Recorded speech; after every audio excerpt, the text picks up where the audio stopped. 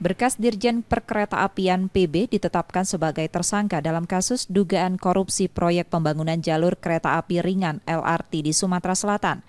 Kasus ini terkait dengan kegiatan pengembangan dan peningkatan prasarana LRT yang berlangsung antara 2016 hingga 2020.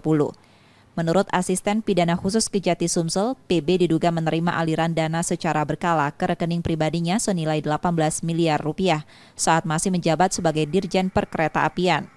Kerugian negara dalam kasus ini tak kurang dari 1,3 triliun rupiah. Dengan kembali menetapkan satu orang tersangka berdasarkan bukti permulaan yang cukup sebagaimana diatur dalam pasal 184 ayat 1 KUHP dengan inisial PB selaku Direktur Jenderal Perkeretaapian Kementerian Perhubungan Republik Indonesia periode 2016-2017 ditetapkan sebagai tersangka berdasarkan surat penetapan tersangka nomor .2 TAP garis datar 21 garis miring L titik 6 titik 5 garis miring FD titik 1 garis miring 10 garis miring 2024 tanggal 30 Oktober 2024.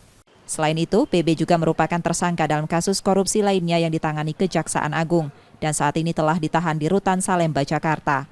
Yudi Kiswanto, Kompas TV, Palembang, Sumatera Selatan.